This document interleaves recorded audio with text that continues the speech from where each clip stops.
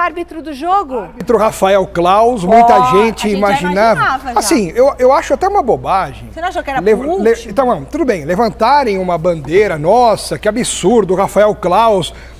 Quem queria apitar o jogo? O Aragão? O Romualdo Arpe Filho queria lá apitar o jogo? É óbvio que era o Klaus um ou outro. Então eu tô vendo um monte de gente falar que absurdo colocar o Klaus na final do Campeonato Paulista. Ué, mas ele vai por quem, meu Deus do céu? Ele é o melhorzinho. Vai por quem, meu Deus do céu? Não é esse, é o outro. O Klaus, por toda a carreira que ele tem, gostem dele ou não, eu particularmente não acho ele o melhor, como muita gente acha. Eu gosto de outros árbitros em relação a ele. Mas quem tem a experiência, quem tem a tarimba... E pro outro jogo? E pro outro jogo é o Candansan, que é menino, tem 27 anos, primeiro ano dele como árbitro FIFA, e a Federação Paulista acredita muito nele, por isso que está atribuindo a ele essa missão. Você já tinha falado desse nome aqui, então, eu teria invertido só. Então, eu tenho uma tese sobre isso. Eu tenho certeza de que a Federação Paulista de Futebol fez essa inversão para não ficar sempre o Klaus como árbitro do último jogo. O problema é que ele, na minha opinião, não na sua, mas na minha, ele é o melhorzinho da pior safra de arbitragem da história do futebol mundial. Eu não acho.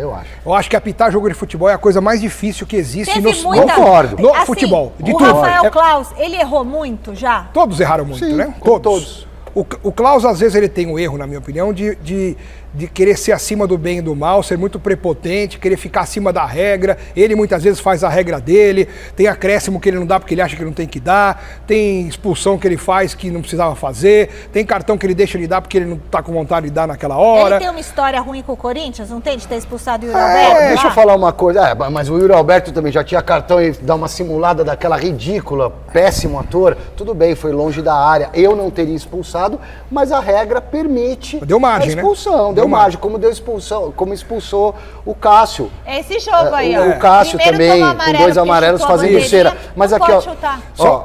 Desculpa, vai lá. E o Silvestre vai falar uma coisa que é importante, e eu vou deixar ele falar porque o mérito foi dele de pesquisar e ir atrás dos números. Os corintianos estão indignados porque o Klaus vai apitar um jogo do Palmeiras no Allianz Parque. Porque tem toda uma história, uma fama de que o Klaus é palmeirense, é o time dele de infância, de criança, como todos os árbitros têm um time de infância. Nós também. Todos, e nós também.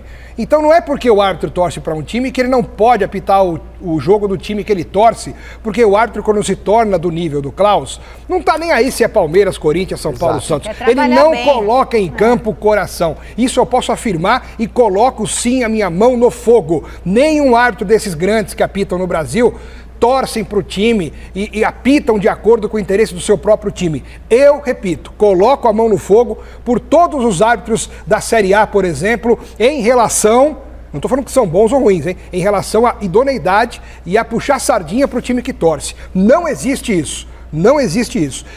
E para os corintianos que estão reclamando do Klaus apitar o jogo do Palmeiras, qual que é o retrospecto do Klaus aí, ô Silvestre?